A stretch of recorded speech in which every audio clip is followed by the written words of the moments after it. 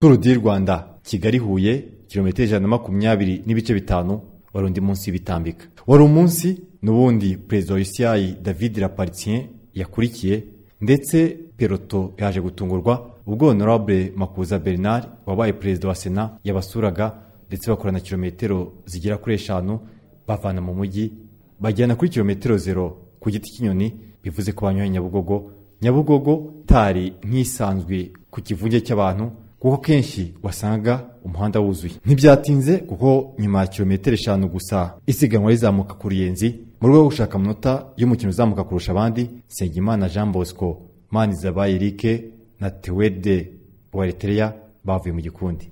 Team Medellin yakoze ibishoboka byose, yewe amakipe afite agatuza nka BNB Hotel ya Perron, Iseri ikipe ya Ortu no bahaye peloto umuvuduko bashaka. Isaha ya mbere isiganwa yari ifite umuvuduko wa kilometero 34 n'ibice 9 mu muhanda. Manizabaye Eric yagiye hari ibihembo by'umukino uzamuka, igihembo gitangwa na Cogebank. Aba bageze Muhanga bakiri imbere, peloto yabanje kubagora ariko aha yabaretse maze bashyiramo intera y'iminota 4 n'amasegonda 10. Ubisiganwa igeze muri kimwe cya kabiri cy'urugendo. Peloto yibutse ko nubwo atambika ariko ibibaye byinshi byaba bibi batangira kugabanya. Ku kilometero cya 60 batatu b'imbere bari gukurana neza ariko inyuma peloto imeze nk'imvubu ishonje baje kubafata ku kilometero cya 37 mu Ruhango. Bagiye kubafata ariko umunya-Eritrea Tewede yashatse kugenda ikilometero kimwe baramumira. Ubu isaha kabiri y'isiganwa bari ku muvuduko wa kilometero 36 ku isaha. Binjira i Nyanza Umufaransa Valentin Firo ukinira Total Direct Energy ndetse na Alain Boiro ukinira BNB bacomotse baragenda. Aba ariko nubwo bakoranye ntibyatinze kuko noneho isiganwa koko rigezeho rikinirwa mu karere ka Nyanza. Harabara kilometero 30 gusa. Byaje gutungurana ubwo isiganwa byacikagamo ibice bibiri. Igikundi cya mbere kirimo abakiri 32 kirimo Abanyarwanda 3 gusa, Mugisha Samuel, Nsengiyumva Wasaka n'Uhiriwe Byiza Renusi ukinira Team Rwanda. Gusa byaje kuba bibi ubwo Sanchez wambaye umwenda w'umuhondo yasigaraga mu gikundi cya kabiri. Gusa ikipe yamufashije aragaruka asubizamo ariko abasigaye inyuma ubu arasiga iminota 2 n'amasegonda 10 mu gihe nyamara isiganwa ryamaze gufata irangi. Bageze Rubona harabara kilometero 17 gusa, batanu bavuye mu gikundi baragenda. Aba baje kugarurwa nyuma ya kilometero 7. Abandi bane barimo Tigers ukinira Teretereto, Kent Main wa Protach na Quintero na Boiro baragenda. Aba bagiye bongera ibihe kugeza ubwo babura kilometero 7 bamaze kwinjira mu karere ka Huye, basiga bakurikiye amasegonda 18. Ibi bihe bakomeje guhangana nabyo gusa mu gihe isiganwa rize muri kilometero 3 za nyuma. Alain Boiro aragenda, Umba Lopez wanganyaga ibihe na Sanchez aramukurikira. Alain Boiro yese umufaransa wa mbere utwaye igihembo cy'umunsi kuva mu mwaka wa 2010 ku munsi wa gatatu akoresheje amasaha 3 iminota 7 n'amasegonda 18. Umba Lopez umunya-Colombia ukinira Androni Giocatori aza asiga amasegonda 6. Sanchez atakaza umwenda w'umuhondo cyo kuko yaje nyuma y'amasegonda 2. Muri iki gikundi cy'abakinnyi 24 bagiriye rimwe na Sanchez wambaye umwenda w'umuhondo harimo Uhiriwe Byiza Renusi. Mugisha Samuel yaje akurikiye ari 26 asizwe amasegonda 36. Ku rutonde rusange Umba Lopez yesiyambura umwenda w'umuhondo. Uyu abaye umunya-Colombia kabiri wambaye umwenda w'umuhondo, akaba ari umukinnyi 25 muri Tour du Rwanda wambaye kuva mu mwaka wa 2009 mu kwezi kwa 11 ubwo umunya-Maroc Adil Giroud yawambaraga ku itariki ya 16. Ubu arasiga mwene wabo Sanchez ukina Team Medellin amasegonda 2. Aya masegonda 2 arayasiga abakinnyi 22. Mu bakinnyi 30 ba mbere harimo Abanyarwanda 2 gusa, Uhiriwe Byiza Renusi wa 10 uri gusiga amasegonda 2, Mugisha Samuel wa 26 uri gusiga amasegonda 30. Gusa ubu Abanyarwanda ntibakiri 15 muri iri siganwa kuko Areruya Joseph yamaze kuvamo nyuma yo kwiga ibye ripfuye ndetse nyuma yasubiramo akaza kurwara igifu akavamo. Muri Tour du Rwanda ya 2021 turi kumwe na Cogebank muri gahunda yabo ya tugendane tugufashe gucunguza uburyo umwete hamwe n'imiyoboro yacu y'ikoranabuhanga ikorohereza gukoresha konti yawe igihe cyose aho waba uherereye hose. Mobile banking kanda akanyenyeri 505 akadirishya, application ya Coge M Bank n'amakarita ya Cogebank Mastercard biragufasha koroherwa n'ubuzima bwawe bwa buri munsi mu gihe ukeneye amafaranga. Twageze mu mujyi dukunda kwita ngo umujyi w'ubwenge, ahantu dushaka ubwenge. Ubwo rero niyo mpamvu turimo gukangurira abantu bijyanye n'ikoranabuhanga. Nibyo turi kubwira abantu ngo tugendane na Cogebanque.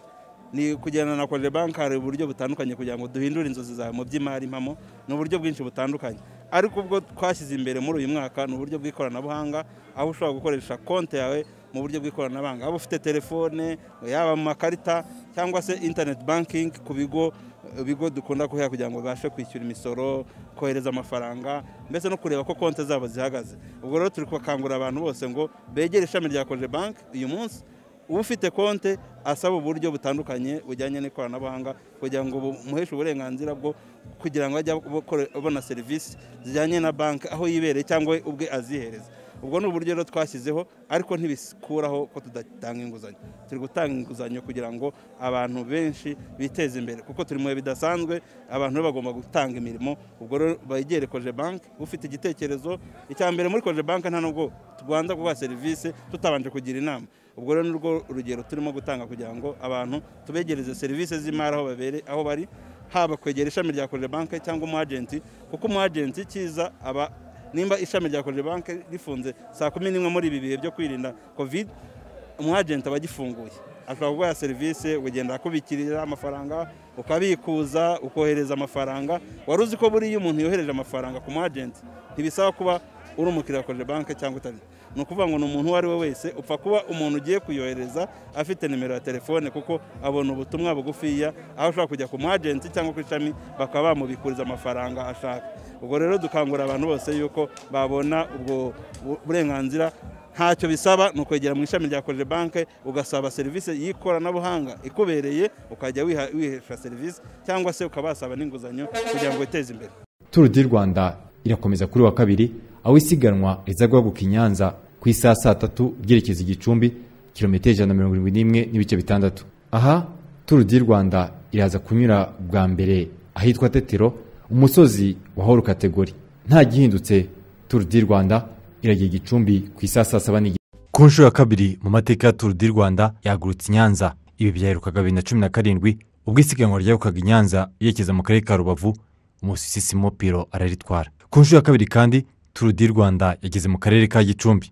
Tour du Rwanda yiruka muri akarere mu 2010 ubwo Danette Clemanote itwaraga igihembo cy'umunsi bavuye i Kigali. Ikaze ku munsi wa gatatu wa Tour du Rwanda. Ubutumwa ni bwinshi, no kubashimira ko harashize igihe tutaza muri aka karere. Byabaye byiza kuko twahasoreje ahantu hari ishami ryacu. Turimo gukangurira abantu bose nk'uko twabitangiye, bavuga ngo baze tugendane mu buryo bugezeho bw'ikoranabuhanga. Ubu rero tukubabwira ngo nibaze begere ba agent. Abagent ni intumwa za Cogebanque, aho zigufasha gufunguza konti, kohereza amafaranga cyangwa se no gukora izindi serivisi zitandukanye. Ubwo rero turimo kubabwira ngo bagana abagent babafungurize konti, bashaka kohereza amafaranga babikore. Cyane ikintu cyo kubabwira no kohereza amafaranga ku mu agent wa Cogebanque ntibisaba ko uri umukiriya wa Cogebanque. Ushobora kubikora uri umukiriya wa Cogebanque cyangwa utari we. Icyo usabwa nuko umuntu ugiye kohereza abafite telefone ngendana, ntabwo ari smartphone, telefone iyo ariyo yose yabikora. Ubwo rero nibegera abagent, iyo gufunguriye konti ujya mu ishami rya Cogebanque ukahabwa za serivisi z'ikoranabuhanga zitandukanye, yaba amakarita, yaba mobile banking n'izindi serivisi umuntu ashobora gukoresha. Rwose ni karibu muri Cogebanque. Rwari urugendo rurerure rwa Tour du Rwanda, kilometero 171. Bwari ubwa mbere Tour du Rwanda igiye kuzamuka umusozi wa kategori ya mbere Shyorongi, ndetse ikaniyongeza umusozi wa horo kategori, umusozi wa Tetero wari ufite uburebure bwa kilometero 7. Ni umunsi wo kwerekana ubushobozi bwa buri mukinnyi. Nyamara ariko mbere yo kugera kuri Shyorongi hagati harimo amanota yaba sprint ndetse no kuzamuka imisozi. Ibi rero byatumye isiganwa rishyuha hakiri kare. Uyu muvuduko uri hejuru watumye isiganwa ricikamo ibice kugezwa kuri kilometero 18. Umubirigi Taugerez ukina Taritereto yagiye wenyine. Baje kwa bane barimo Byukusenge Patrick ukina Benediction. Gusa nyuma ya kilometero 12 Umunyeritrea Goetom yatoboye. Batatu barakomeza. Batwaye amanota mu muhanda yaba muri sprint ndetse n'imisozi. Aba batatu bari Byukusenge Patrick, Siregotsi wa BNB Hotel, Taugerez wa Taritereto. Ubu Androni yari ifite umwenda w'umuhondo wa Umba nyiri gukurura mbere yo kwinjira i Kigali. Umunyeritrea Tesfom Sirak yaje kuva mu isiganwa uyu yari akurikiye Muyanza Didier wa Benediction wamanitse igare rye. Batatu bazamutse Shyorongi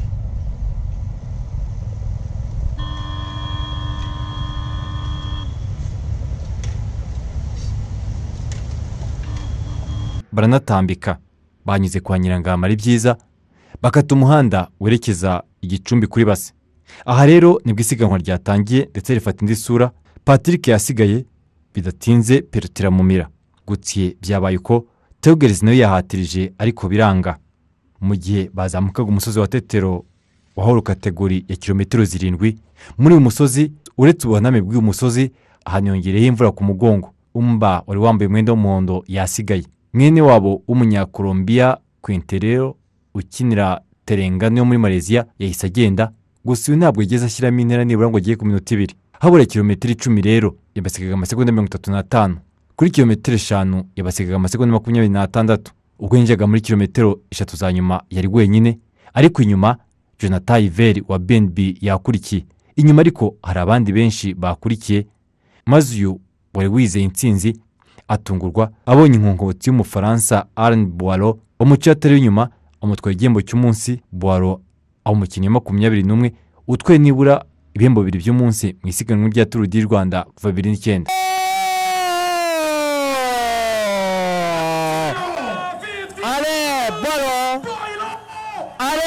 Boileau yujuje etape nyuma ya etape ku munsi w'ejo rero. Boileau wa BNB yujuje etape wariye Aujourd'hui, très difficile, c'était la longue étape du tour. La pluie a rajouté de l'intensité. C'était très long, très difficile. Ça a vraiment bastonné dans le gros col hors catégorie. Et ça a cassé. Uyu munsi byari bigoye, inzira ari ndende maze hiyongeraho imvura. Byose byakomeye muri uno musozi. Twabaye nka 30 muri kilometero 3 za nyuma. Jonathan yakurikiye. Umukinnyi wa Ndoroni na Isirari bagenda kurikira.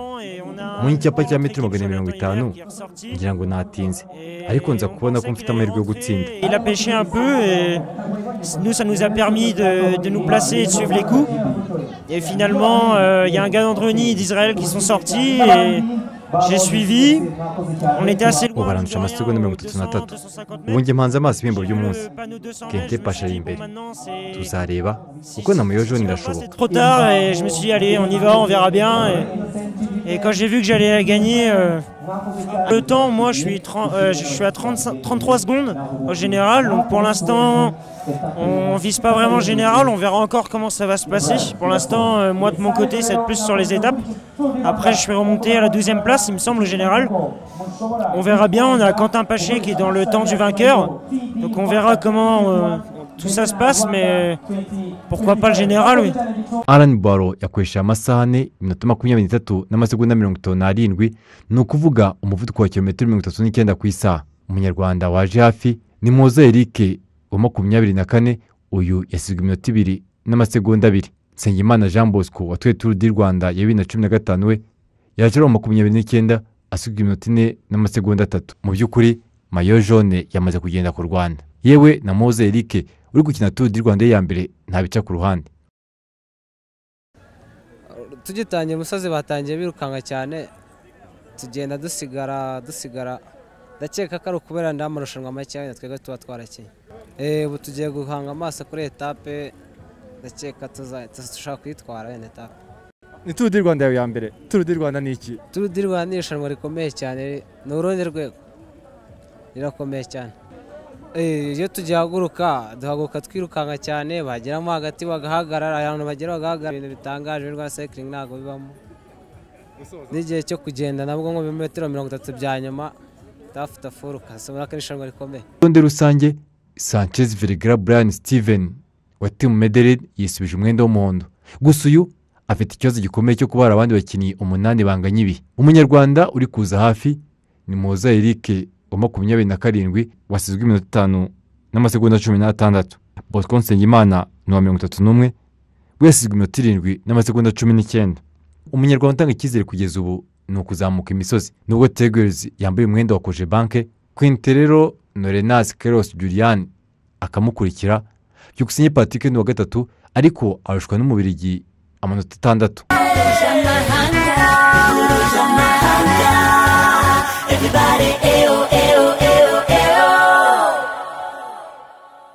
Kuri wa gatatu rero Tour du Rwanda iraguruka i Kigali irekeza i Musanze ku isaha saa 3. Harimo imisozi ibiri ya kategori ya mbere, Shyorongi bamaze gutambika Nyabugogo ndetse na Kivuruga berekeza i Musanze. Iyi nzira yirukaga 2015 ku munsi wa gatatu ubwo Nsengimana yitwaraga akambara umuhondo, gusa byose byaga byabereye mu Kivuruga kimwe na mbere yaho 2013 na 2014 Ndayisenga Valens yatsindiraga yafatiye icyemezo mu Kivuruga. Ubundi yari etape abanyarwanda yamaze gutwara inshuro 3 etape yavaga i Kigali cyangwa se ikanyura Kigali maze ikarangira i Musanze. Wayitsindaga yabikoraga mu Kivuruga. Valens 2013, Ndayisenga Valens bisubiyemo 2014, Bosco amwakira 2015. Ntiyongeye gukinwa, yari garutse nyuma y'imyaka 6. Mu isiganwa ryatangiye Kimironko ribanza kuzenguruka mu nganda. Ikizenguruka mu nganda abakinnyi benshi bahise bisanga muri breakaway cyane ko hari amanota ya sprint yeri mu Gasyata, naho amanota 10 y'umukino uzamuka kurusha abandi imisozi yo yari Shyorongi. Isiganwa rero ryese ritangirana umuvuduko. Ni kilometero 123 n'ibice 9 zigiye guhuza umujyi wa Kigali n'akarere ka Musanze. Muri abo bagiye imbere harimo Manizabaye Eric, Uhiriwe Renus, Nsengimana Jean Bosco na Kizimana Seth b'Abanyarwanda. Mu Bubiligi Theogles yararimo, Azedine Lagabe yararimo, Valentin Ferrand ndetse na mwene w'Umufaransa Pierre Roland. Nsengimana niyo haga umuvuduko iyi breakaway. Mbere yuko basohoka i Kigali, peloto yabimye umwanya. Isaha ya mbere bafite umuvuduko wa kilometero 39 ku isaha, bitandukanye no ku munsi wa Huye Gicumbi aho isaha ya mbere iri ku muvuduko wa kilometero 34. N'ubu Tigers wa Teretereto ntawe bahanganira amanota yaba y'umusozi cyangwa ya sprint. Ku kilometero cya 30 barasiga peloto irimo Mayo Jaune Sanchez iminota 2:40. Renus yaje gusigara muri Shyorongi. Abakinnyi 8 baje gusiga peloto iminota 3:50. Yewe mbere yo kuzamuka mu Kivuruga aho busanzwe iyi etape itsindirwa, bamanda 8 barushaga peloto iminota 3:20. Mu by'ukuri breakaway iraza kugerayo. Nsengimana yagerageje kugenda mu Kivuruga nkuko byanyize 2015 biranga, maze imbaraga yakoresheje arazibura batambika bajya Musanze. Nsengimana Theogles basigaye akomeza 5 barimo Pierre Roland, Valentin Ferrand, Manizabayo, Umunyeteria Goitom, Umunyarigeria Azedine Lagabe. Baminutse Kivuruga Manizabayo utwaye amanota y'umusozi. Habura kilometero 20 nubwo Bosco yasubijeho na Tigers, abo bari bashiriwe ku mbaraga mu gihe peloto iri ku minota 5:55. Kilometero cya 10 peloto yagabanyije ubigeze ku minota 2:45. Ku kilometero cya gatatu Nsengimana wari wasubijeho yakuyeho. Ubu 6 bararebana y'ingwe batekereza mu mutwe wabo umurongo. N'umurongo wari imbere y'isoko rya Musanze. Perora watwaye etape 2 za Tour de France n'imwe ya Giro d'Italia yagiye, Fero aramukurikira. Manizabayo na Gaitomo bo baje babiri. Byaje kurangira rero Valentin Ferrand atwaye igihembo cy'umunsi. Icyambere kuri team Total Direct Energy yatangiye kuza mu Rwanda 2019 ubwo Tour du Rwanda yari igiye kuri 2.5. Mu minsi 4 Abafaransa bafite ibihembo 3. Ni umunsi byashobokaga ko umunyarwanda yatwara etape. Manizabayo yasoje ari wa gatatu asizwe amasegonda 4. Nsengimana Jean Bosco yabaye wa 7 asizwe amasegonda 46. Byukusenge Patrick yasoje ari wa 23 asizwe amasegonda 40. Ubanza iki gihembo cyabaciye mu myanya y'intoki. Umunsi gwari danje kabisa ko twagiye nyine umunsi nafite gahunda yo gushaka amanota ya Gerempel kuko nandi wa gatatu, so tugira amayogo tugenda muri Bulokeya aba tugiye Bulokeya kazi dukore turene turagerayo, so turaza tugeze mu Kivuruga cyatse kugenda tu ibiro biba cyara tabika n'abaflowinga muri etir cyaka kwataka eba sanga nukina professionnel bandusha imikino bavuyemo, so ndabakurikira nana kuri super ntanashobora kubatsira kuko barakomeye cyane. Gusa uyu munsi usize abakinnyi 70 abo basigaye mu isiganwa. Petrov Spencer wa World Ref Generation we yasezeye. Ku rutonde rusange cyari ikibazo gikomereye abategura isiganwa wo kugeza ubu nubwo yambaye umwenda w'umuhondo. Sanchez Vergara Brian Steven wa Team Medere amaze gukoresha amasaha 13 iminota 20 n'amasegonda 18 ku ntera ya kilometero 531 n'ibice 6, ariko uyu aranganya n'abandi 9 barimo umunyamerika Hoan Alex wa Wildlife, Restrepo Valencia wazamutse agera ku mwanya wa 4, Quentin Pache wa BNB, James Piccoli wa Israel, Sevilla Rivera Oscar Miguel wa Tumederen, Quintero Morena Carlos Julian wa Terengano, Rodriguez Martin Christian wa Total Direct Energy na Yob Metkel umunyafrika uhagarariye abandi. Mu by'ukuri ni isiganwa abanyakolombia bari gukina, abandi bagatwara ibihembo by'umunsi. Bya bindi abanyafrika bigiraga abanyarwanda n'abanyeritria ubanza amazi yamaze gushyuha. Ubumani Zabayo niwe wazamutse noneho umuhanira igihembo cya Koje Bank, Tegereza aramurusha amanota 9. Harakiri mu munsi wa gatanu wa Tour du Rwanda baguruka Nyagatare berekeza Kimironko. Ni isiganwa riteganyijwe gutangira ku isaha 3 rifite uburebure bwa kilometero 149. Harimo imisozi 2 gusa, ni umusozi wa Ntunga wa kategori ya 3 ndetse n'umusozi wa kategori ya 2 baza gutsindira Kimironko. Ni isiganwa ritegereje ko riza gukinirwa muri uyu musozi wa kilometero 1 wa Kimironko bazamuka kuri Kigali Parents, by'umwihariko mu kumenya niba abandi 9 bataza kwica. Cyizere kirahari, gahunda yo nugukomeza gushaka ko twatsinda stage, kuko kuri Mayejo navuga ko bisa nk'ibyarangiye. Mu by'ukuri dukoze evaluation mu Rwanda kuri izi etape 3 zishize, navuga yuko nta bintu bikomeye twakoze, twagaragaje intege nkeya, ariko mu kugaragaza intege nke n'ubundi twaragerageje, kuko nubwo abakinnyi bagaragaza ko bafite intege nke, ni imyitozo yabaye mike ndetse competition zabaye nkeya, ariko uragaragara ko ibyo bafite byose muri make muri minsi 3 ishize barabitanga. Kubona bari kugera nk'uyu munsi bagereye rimwe n'abandi hafi kuri arrive, ni kigaragaza yuko batangiye kugaruka muri competition. Kugeza ubu ku munsi wa 5 wa Tour du Rwanda umukinnyi umwe niwe umaze gukora impanuka bigatuma ava mu isiganwa. Ese ubu imitegurire y'irushanwa ihagaze ite? Ku rwego rwa organisation isiganwa rimeze neza, gahunda zose ko twaziteguye zagenze neza. Ni isiganwa dukoze mu gihe kidasanzwe kubera covid, ariko uburyo twabiteguye ugereranyije na mubare w'abantu tugomba kwakira muri babo cyangwa aho abantu bahurira, twagerageje kurinda bishoboka abakinnyi, twagerageje kurinda bishoboka abagize team iri muri coordination, kandi biratanga ibisubizo byiza muri organization. Ikindi navuga ibirebana na stage uburyo zigenda, uko twabipanze zose kugera kuri uyu munota nako zigenda neza, n'ibihe abantu bari bihaye byose byagenze neza. No kuvuga ku rwego rw'imitegurire y'isiganwa kuri uyu munsi nta kibazo turagira.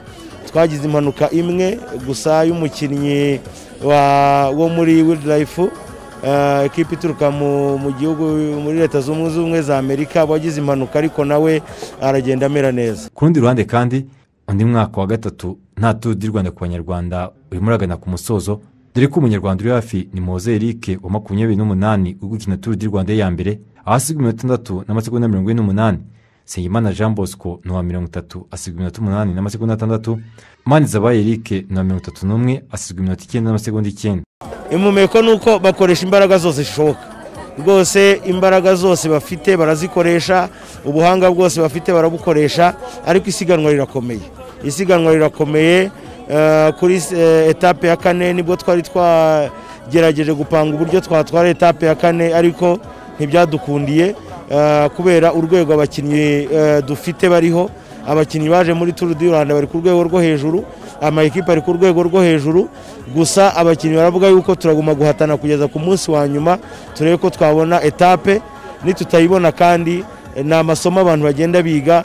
Buriya iyo wigereranya n'ukomeye biguha ibyo ugomba gukora, biguha akazi ufite imbere yawe kugira ngo witegure noneho indi myaka izaza, uburyo nawe wagaruka mu isiganwa ukagaruka mu myanya myiza. Wari umunsi umuntu yakita ikiruhuko, wari umunsi w'imirambi, umunsi wa kabiri ufite imisozi mike 2 ugenje n'umunsi wa mbere wari ufite umusozi umwe gusa. Kuri kilometero ya mbere isiganwa gitangira, bane bagiye barimo Gumman wa Taritereto na mugenzi we Van Bresegen, umudage Nicodemus Hara wa Beckhead na Mohad Zarif wa Terengano. Ku kilometero cya 15 aba bane bamaze gushyiramo intera minota 4. Ku kilometero cya 30 yari minota 4:45, maze isaha ya mbere yari umuvuduko wa kilometero 42 ku isaha. Kilometero 53 zashize, bane b'imbere bari gusiga bakurikiye peloton 3 n'amasegonda 55. Israel Startup Nation na Direct Energy nabo bakuriye peloto hafi umunsi wose. Mu gihe hasigaye kilometero 50 gusiganwa rigera Kimironko, babandi bane barasiga peloto iminota 3 n'amasegonda 10. Iri siganwa ryagombaga gukinwa nyuma ya Rwamagana, ariko kandi agahibuzo ku munsi bikaza kuba umusozi wa kilometero 1 ukizamuka kuri Kigali Parents. Hola yagize ikibazo cy'igare ariko aza gusubizamo. Ubu barasiga peloto iminota 2 n'amasegonda 40. Binjiye muri kilometero 20 za nyuma bari gusiga peloto iminota 2 n'amasegonda 25. Gusa Van Bresegen yagiye wenyine, abanza gusiga Goman na Zarif amasegonda 12, none ko Demasara ari ku masegonda 22. Hasigaye kilometero 3, Van Bresegen arasiga peloto umunota 1 n'amasegonda 20, no babandi babiri bamukurikiye arabasiga amasegonda 58. Kilometero 2 ubwo baritegura kuzamuka. Van Bresegen arasiga peloto umunota n'amasegonda 5, bagiye kuzamuka rero. Van Bresegen yafatiye mu musozi, byasabye gukora sprint yo mu musozi, maze Alexis Viamoz uherutse kukiruka imvune yatangiye sprint ariko ananirwa ataragira ku murongo, maze inkongotsi y'Umufaransa Alain Boiro atwara igihe mu kigatatu cy'umunsi. Ubu abaye umukinnyi wa kabiri mu mateka ya Tour du Rwanda utwaye 3 by'umunsi muri Tour du Rwanda imwe. Gusa aracyafite urugendo rwa Restrepo Jonathan 2020 na René Kerry 2012 batwaye ibihembo 4 by'umunsi mu isiganwa rimwe.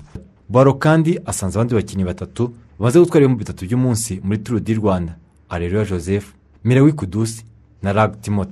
N'ubundi rero muri wa musozi niho hagomba kwikiranura kuri babandi 9 banganyagibiye. Muri iyo sprint bakoze, ufite ibihembo 5 by'umunsi muri Tour du Rwanda yakurikiye Alexis Viamoz na Alain Boiro, maze asiga bagenzi be amasegonda 2.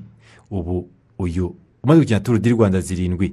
Uyu kandi wowe yo gatatu 2013, akaba wa kabiri 2016 na 2017. Ahanze amaso uyu mwenda w'umuhondo, maze aketinjira mu mateka ya Tour du Rwanda y'umukinnyi wahagaze ku myanya 3 yose yo kuri podium. I'm trying my best this year to byagize ibishoboka ngo uyu mwaka ntwari isiganwa n'ikipe yanjye nkunda u Rwanda, kuko mpaje kenshi gutekereza n'isigaye izaba myiza atwara isiganwa.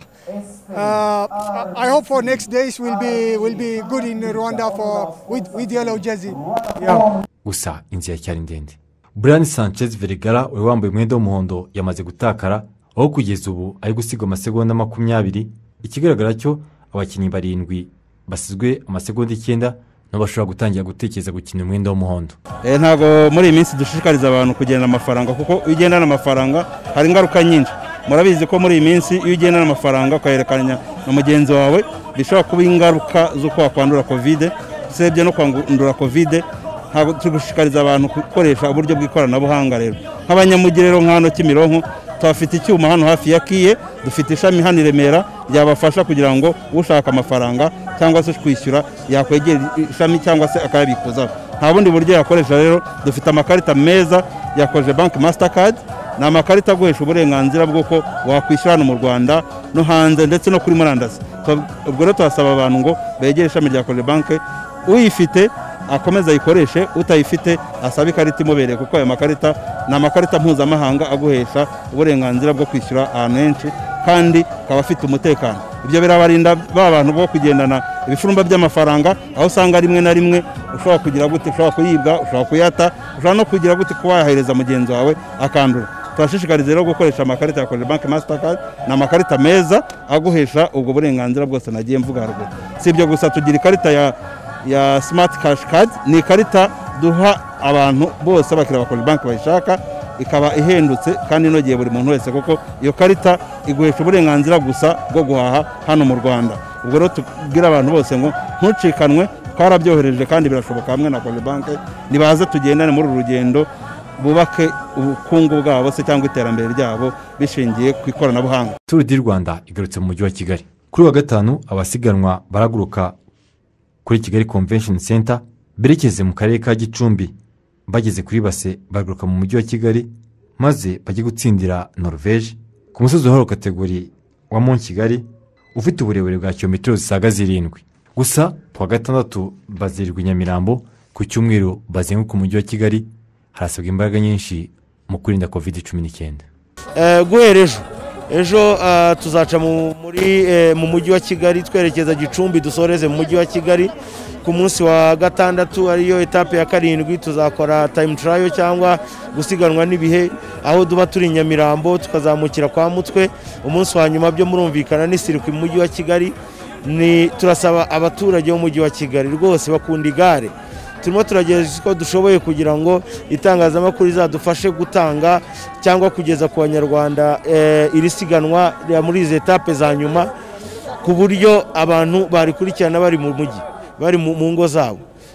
Ntitwifuza yuko iminsi 5 yose ishize igenze neza kugera kuri ubu nta kibazo turabona gishobora gutera ingorane, noneho ngo mu minsi 2 ya nyuma 3 ya nyuma umunsi wa nyuma bari bwo tugira ibyago byo kuba abantu bakwanduzanya covid.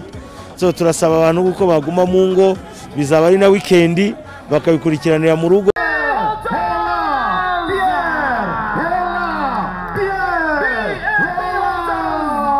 Bwa mbere mateka ya Tour du Rwanda yasorejwe ku musozi wa Hall kategori kuri Mont Kigali ahazwi nka Norvège. Bwa mbere mu nshuro 7 akina Tour du Rwanda, umunyeteria Yob Metkel ukina Terengano yabyutse yambaye umwenda w'umuhondo. Isiganwa ryagurutse kuri Kigali Convention Center, gusa ariko ritangizwa neza rigeze mu Gasyata.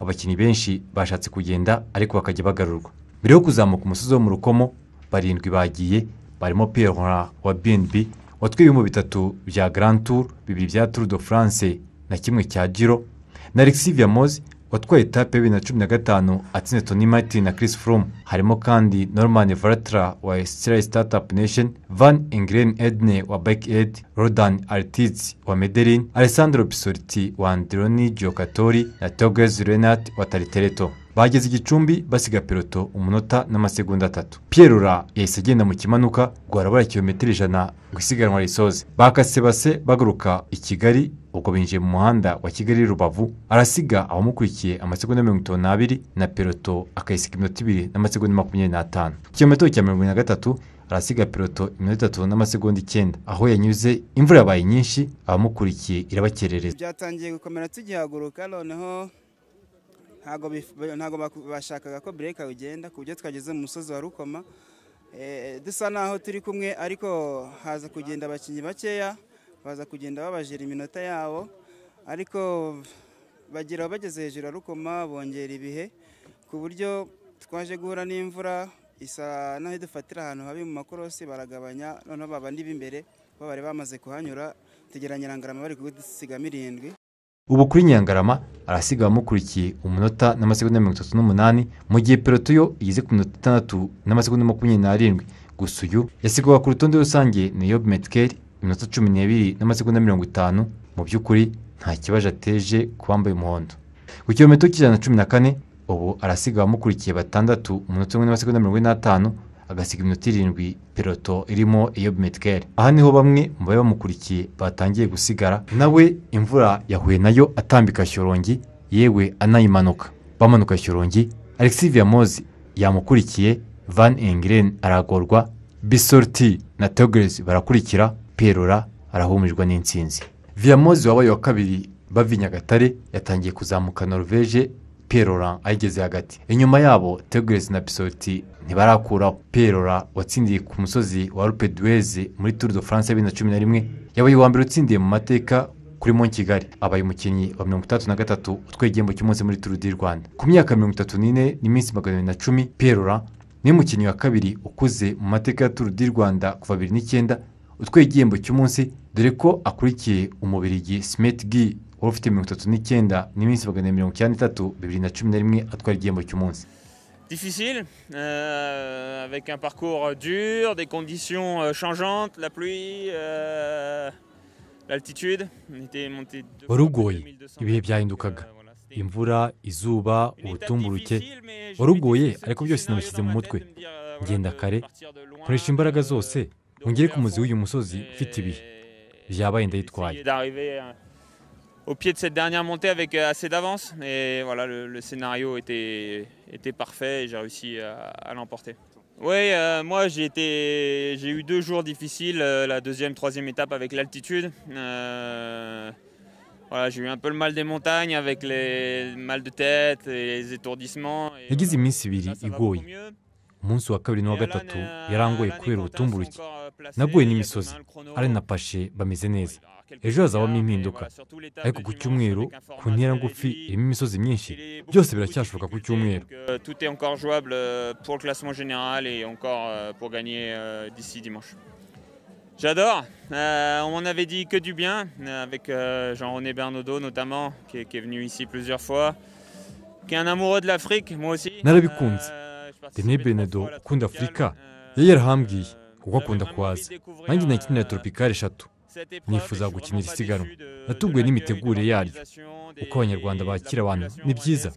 Twakiwe neza byatuma tugaruka. Des gens chaleureux, accueillants et on est très bien accueillis et ça fait très plaisir. Ndizeye ko u Rwanda ruzakira shampiyona y'isi 2025. Championnat du monde en 2025. Le plan c'est le chrono demain à fond, peut-être pas pour moi parce que je vais avoir un peu mal aux jambes de ma journée. Gahunda y'ejo ejo nta mbaraga zaba afite. Ku cyumweru bizaba bishyushye hanaba impinduka nyinshi. Tout peut encore être bouleversé d'ici dimanche. Uyu munsi abanyarwanda bagerageje kwikamata Mugisha Samuel wa 17 asiga iminota n'amasegonda 17, Byukusenge Patrick wesizwe iminota 4 n'amasegonda 50, mu gihe Senyumva Shemu yabaye 27 asiga iminota 5 n'amasegonda 35. Wari undi munsi ugoye ku banyarwanda bagitaka imyitozo. Twaje tugeze ahantu Norvège nibonye ko habereye intambara, navuga ko bitari byoroshye ku banyarwanda bitewe nuko navuga ko tutari duherutse amasiganwa mbere yuko tuza mu Tour du Rwanda, ariko twagerageje ko twari dushoboye kandi namwe mwabonye amakipe akomeye ko anariyo atsinze na stage. Rero ndumva nta kintu twakivebaho ndetse turacyakomeje guhatana paka ku munsi wa nyuma. Murakoze namwe. Muhatanira umwenda w'umuhondo Eyob Metkel uri wambaye umuhondo yaguye muri Shyorongi. Rodriguez Christian ukinira team Total Direct Energy yarushaga amasegonda 2 aranduruka. Uyu yasoje ari wa 5 ahita yambara umwenda w'umuhondo. Uyu yabaye umukinnyi ukomoka muri Espagne wa mbere wambaye umwenda w'umuhondo. Tour du Rwanda 2021 ishobora kwinjira mu mateka kuko ubu iragwamiswi na 2012 na 2013 aho abakinnyi bane bambaye umwenda w'umuhondo. Ubu Sanchez yawambaye ku munsi wa mbere, Umba awambara ku wa kabiri, Rodriguez arawambaye, Eyob yawukuyemo. BNB Hotel ya Armbaro na Perora niyo kipe nziza y'irushanwa imaze kujya abakinnyi babiri maze gutwara ibihembo by'umunsi. Ikipe y'amateka muri Tour du Rwanda yagize abakinnyi batwe ibihembo by'umunsi byinshi ni Team Taipan Snofi 2011 aho abakinnyi bayo bane batwe ibihembo by'umunsi. Gusa hagati harimo andi makipe nk'Muteni Kobeka yagize abakinnyi 3 batwe ibihembo by'umunsi mu mwaka umwe wa Tour du Rwanda. Kuri uwa 6 kuva saa 5:30 uhiriwe byiza Linus arafungura umuhanda, naho Christian Rodriguez ahaguruka ari uwa nyuma saa 6:37. Uyu agomba kwitondera Restrepo Jonathan watwaye iki gihembo muri 2020 ni wa 3 ku rutonde rusange, aho Christian amurusha amasegonda 13 gusa. Ubu kuva Christian Rodriguez wa mbere Ndexivia Mozi wa 10 harimo intera y'umunota. Ku banyarwanda Moze Eric uri gukina Tour du Rwanda ya mbere ni uri imbere ku mwanya 24 hasiga iminota 9 n'amasegonda 58. Manizabaye Eric wa Benediction arasiga iminota 13 anganya na Senyimana Jean Bosco. Kwa mutwe heraga ugenje n'imyaka 6 ishize Tour du Rwanda itangiye kwaca. Ni kilometero nyine n'ibyo bitanu zo gusuzuma uko buri mukinnyi hagaze nta bagenzi bo kumufasha. Uhiriwe byiza Linus wa nyuma ku rutonde rusange niwe wafunguye isiganwa akoresha iminota 7 n'amasegonda 9. Byasabye abakinnyi 7 ngo Mark Goth Cormac aho mukureho uyu yakoresheje iminota 6 n'amasegonda 48. Haciye abakinnyi 14 maze Alexander Geniez watwaye ibihembo 3 muri La Vuelta 2016, 2013 na 2018 ngo mukureho akoresheje iminota 6 n'amasegonda 31. Ibi byari bihe byiza ku byo Restrepo Jonathan yakoresheje ubwo yatsindiraga muri 2020 yakoresheje iminota 6 n'amasegonda 32.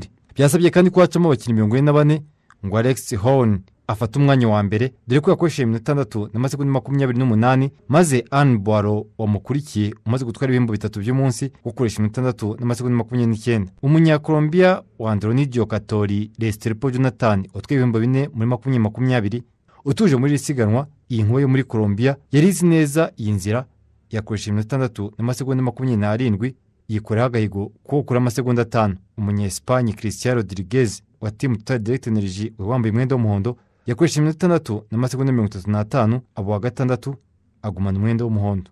Niwe mukinnyi ugiye kumarana umwenda w'umuhondo iminsi 2 atatwaye igihembo cy'umunsi cya Tour du Rwanda, gusa yatakaje amasegonda 2 ku rutonde rusange.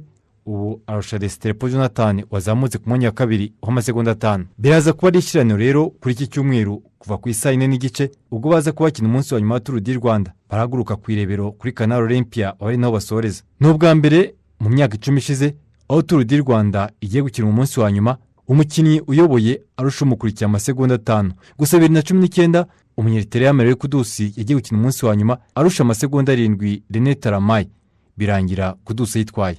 Ahandi hasigaye intambara ni guhatanira umwenda w'abazamuka wa Cogebank. Togers Renert arusha Pierre Laurent wa 2 amanota 22.